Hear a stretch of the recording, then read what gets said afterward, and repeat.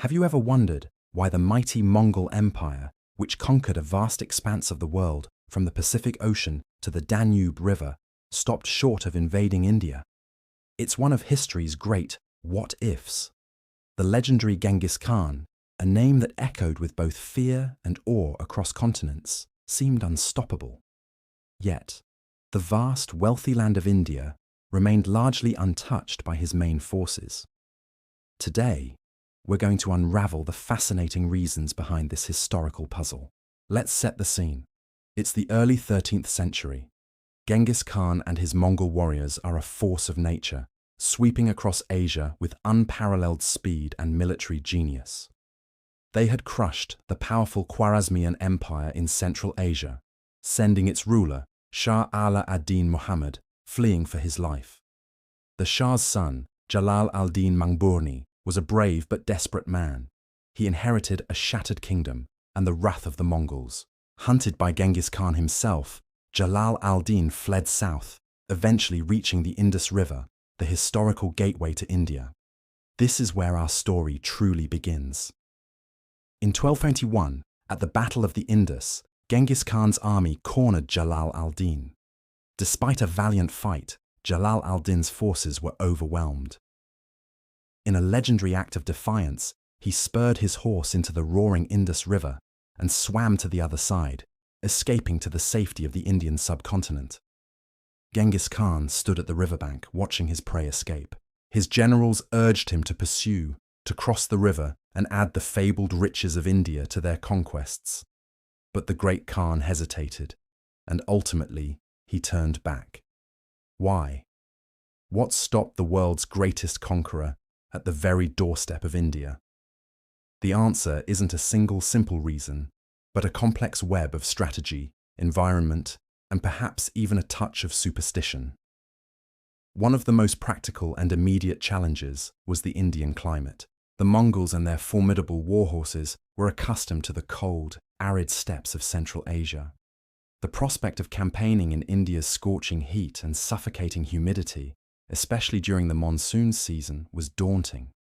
Such a climate would have been brutal for their soldiers, who wore heavy leather and metal armor, and devastating for their horses, which were not adapted to the tropical diseases and heat. A military campaign is only as strong as its logistics, and the Indian environment posed a logistical nightmare that even the Mongols were wary of. Then there was the geography itself. Northern India wasn't an open plain like the ones they had dominated. It was, and still is, a land of formidable natural barriers. The mighty Himalayas to the north were impassable. To enter, they would have to navigate treacherous mountain passes and dense forests, perfect terrain for ambushes and guerrilla warfare, which could neutralize the Mongols' advantage in open-field cavalry charges. Furthermore, the land was crisscrossed by powerful rivers like the Indus and the Ganges, which would swell to impassable torrents during the monsoon, disrupting movement and supply lines. The very landscape of India was a formidable defensive wall. Let's not forget the political situation in India at the time. The dominant power in northern India was the Delhi Sultanate, then under the rule of Iltutmish. While the Sultanate was young and had its own internal issues, it was a formidable military power.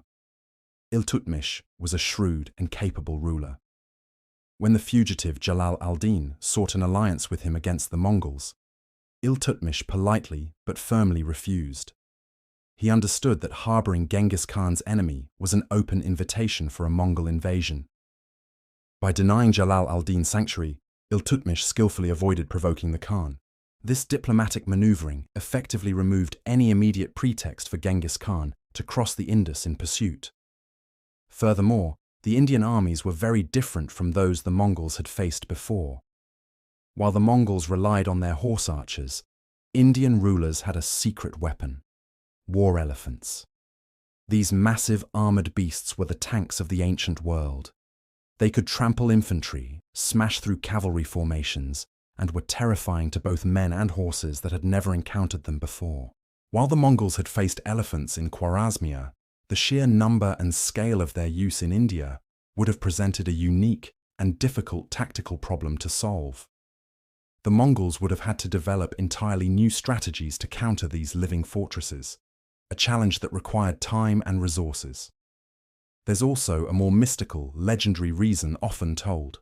According to some accounts, as Genghis Khan pondered the invasion, he encountered a mythical creature, a unicorn-like beast that knelt before him and seemed to dissuade him from proceeding. His trusted Chinese advisor, Yelu Chukai, interpreted this as a divine sign, a message from heaven that it was time to turn back. While this story is likely more folklore than fact, it speaks to the importance of omens and spiritual guidance in Mongol culture.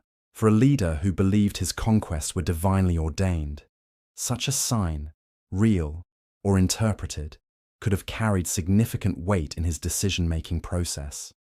But perhaps the most compelling reason was strategic priority. Genghis Khan was a master strategist, not just a conqueror. At the time he reached the Indus, his primary objective had been achieved: the destruction of the Khwarezmian Empire, which had become a threat to his western flank. The Mongol Empire was vast and still young. There were rebellions and unrest simmering back in Persia and other newly conquered territories. His attention was needed elsewhere. To Genghis Khan, India was an unknown quantity, a potential quagmire that could tie up his best troops for years. His main focus was on consolidating his existing empire, not on starting a risky new venture. He had other fish to fry, so to speak. Chasing Jalal al-Din was a punitive expedition, not the beginning of a new grand campaign. Once Jalal al-Din was no longer an immediate threat in Central Asia, the primary mission was complete. So, in the end, Genghis Khan turned his armies northward and headed back to Mongolia. He never returned. His successors, however, did not forget India. Over the next several decades, the Mongols launched multiple, smaller-scale raids into the subcontinent. But they were repeatedly repelled by the strong rulers of the Delhi Sultanate, like Balban and Alauddin Khilji, who fortified their frontiers and adapted their military tactics. These later invasions proved that conquering India was no easy task, validating the Great Khan's initial hesitation. The decision of Genghis Khan not to invade India had profound consequences for world history. It allowed Indian civilization to continue its own unique trajectory, spared from the utter devastation the Mongols brought to places like Persia and Baghdad. The Delhi Sultanate was able to consolidate its power, creating a stable political entity in North India for a significant period. And centuries later, it was another descendant of the Mongols, Babur, who would finally succeed where Genghis Khan did not, establishing the Mughal Empire and changing the face of India forever. So the mystery of why Genghis Khan stopped at India's doorstep is a perfect storm of factors.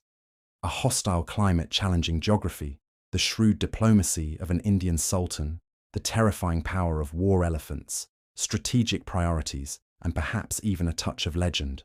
It is a powerful reminder that even the mightiest conquerors in history are bound by the realities of their world. What do you think was the most important reason? Let me know in the comments below. It's a fascinating topic to discuss. Thanks for joining me on this historical deep dive.